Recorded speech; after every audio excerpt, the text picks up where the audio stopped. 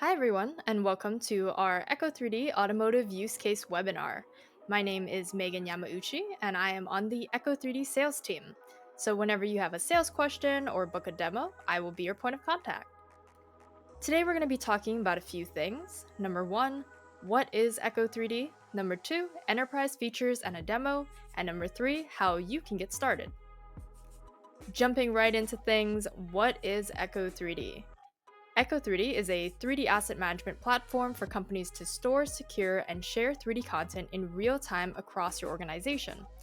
We help over 100,000 users to take control over your 3D content by offering a 3D first content management system and delivery network, compression and conversion tools, collaboration functionality, access permission, versioning and reporting, and a library of more than 800,000 free 3D assets. Additionally, we tackle the unique complexities of 3D content, whether that be various file format, fragmentation, interactivity, location awareness, file size, high latency, and a bunch more by offering an all-in-one 3D warehouse for better workflows across your organization. For today's demo, we are going to be focusing on specifically our enterprise features, like asset storage, metadata and tagging, cross-platform compatibility, and cross-format support, asset hierarchy, and more. Starting off with our asset storage, when you register for an account, you will automatically get an API key. An API key is a unique identifier of a repository for your 3D content, or a 3D collection if you will. So you'll start off with one collection and then you can add more as needed. You can upload assets directly from your computer or search through our 800,000 plus free assets in our library. Once your assets load in, it will populate a content card that looks like this. If you double click on the content card, it will open a detailed view, and here you will see all of your asset information, like file type, size, storage, and more. Also, if you have a bunch of models that you don't want to add to another collection, you can create folders for them to keep your assets organized like I have here. How you do that is by hitting the three dots and going to Organize. Then you can create a new folder or add to an existing one.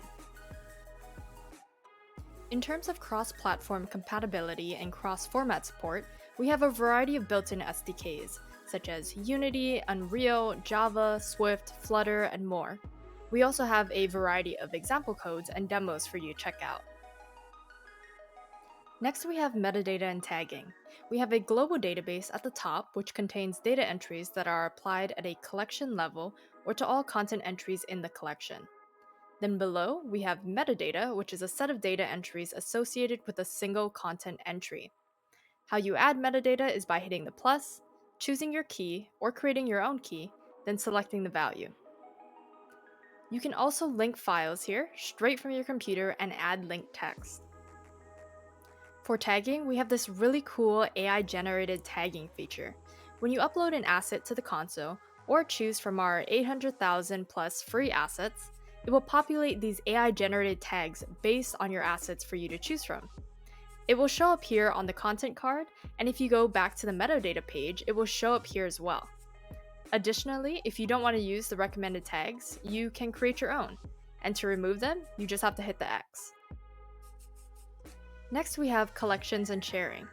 Here you can add new users to your collections by hitting the plus, typing their email, and selecting their permissions.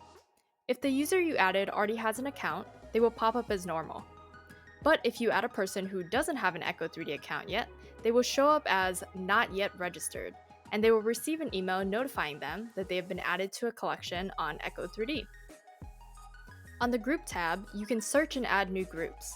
In order to add a new group, hit the plus, add a group name, hit Continue, then add members by entering their emails and choosing the collection you want to add them to. After you do that, it will show up here, and you can rename the group, manage the members, edit the collection access, email users, or delete the group. For collections, all your collections will show up here with your access level and credit limit. You can also add new collections, rename, make public, set credits, and delete. For collection sharing, you can switch between collections up here, and you'll be able to see everyone who has access to your specific collections. You can change their access permissions and change collection access settings. If you scroll down, you can enable viewers to download assets, and you can also make your collection public. When this is enabled, the collection can be loaded by anyone who is registered to echo3D and not just permitted users and viewers. Next, we have asset sharing. Here you will see pending requests from viewers and you can approve or deny their request. If you choose to deny access, you can also add a note explaining why. You can also go back and approve old requests that you have denied in the past. For this next part, we're going to go back to the content page and talk about asset hierarchy. In order to access the asset hierarchy editor, you will need to double-click on the content card to open the detailed view. Then you can click on hierarchy, and here you will see that you can add new parent assets and new child assets. So let's test this out. I want to add some child assets to my car, so all I need to do is find the asset I want and select that. Once it loads in, if you choose to remove it, all you need to do is hit the X. It should also be noted that a cyclical hierarchy structure is not supported, and adding relationships that would result in such a structure will be rejected. We also have version control. By default, the first version of your asset is the original upload file. A new version is created whenever the asset file or target is updated. So when you double-click on the content card to open the detailed view, you will see versions. If you click the three dots, you have a few options like revert to older version, copy the version ID, edit, and delete. Another feature we have for content processing is duplicate detection. We detect duplicate entries within the same project during the upload process with the aim of preventing accidental duplicate uploads, as well as saving our users credit expenditure on storage when a duplicate entry is desired. When a duplicate entry is encountered, you will be prompted with a note that says, "Are you sure you would like to upload this file again?" From there, you can confirm or deny. Next, we have a very important enterprise feature. On the Convert and Compress page, you can easily convert your asset to different file formats and optimize. We have our standard compression, which is our Draco compression, and then we have the echo3D Ultimate compression. In the Ultimate compression, the model will go through extensive compression, which dramatically reduces the file size. When compressing a file directly, only GOTF and GOB files are supported. Also, it only supports a GOB output and works with selected 3D players. You can also make a note that this compression may be lossy. Additionally, you can easily poly reduce your asset just like how I'm doing right now. Next, we have analytics. We have a bunch of different analytics to help you monitor your assets and account. On the Locations tab, you can see where your targeted assets are and asset usage on a map. If you don't have any targeted assets and are looking to do so, you can go back to the content page, double-click the content card, and hit AR Target. When you hit Edit Target, you'll get a few options for tagging: anywhere, specific location, and on an image. For specific location, it will tag a GPS coordinate to your asset, and that's when it'll show up on the Locations map. We also have User Distribution and Project Insights. Here you can see asset-specific analytics, usage history, and project history. We also have some really cool ways that you can collaborate with your team. For example, you can add comments directly on assets and tag users like how I'm doing right now.